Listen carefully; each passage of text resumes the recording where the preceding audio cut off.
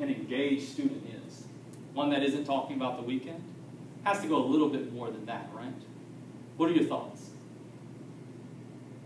A student who asks open-ended questions. A student who not only speaks with the teacher, but speaks to the other students, asks them for their thoughts, their opinions. Absolutely. It kind of goes hand in hand with the questioning and discussing, doesn't it? You have to have students that are not just focusing on the materials. I can have students that are quiet. And that's one of the problems in observations previously. Because the kids are quiet, we assume that learning is occurring. Sometimes the kids are quiet because they're scared, they don't want to be punished, or because it's easier to be quiet than it is to learn. You know, that's something very difficult. So let's look. You know, when you start out with an effective 3, very simple standards, kids are actually intellectually engaged, right?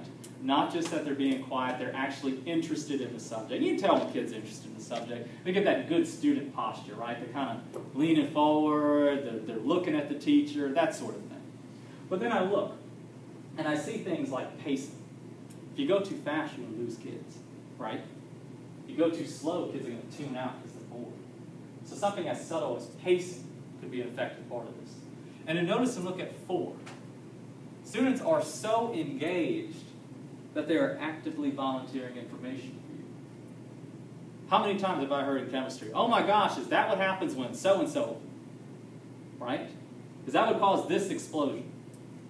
Unfortunately, we had a chemical explosion near where I taught, so I did get a lot of questions on that one semester. But you see, these are students that are volunteering information, right? Even to the point where they might ask for a modification. Can we use this chemical in the lab? Or can we read this story? Or what about this article?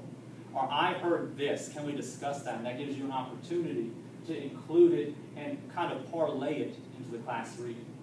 Or even things with math. Could I use this to balance my checkbook? Or history. I mean, my gosh, there's just way too many examples of history repeating itself. Usually things having to do with Russia and winter. But you see, wow, yeah, I can do that kind of joke too. It's a good catch. And then finally,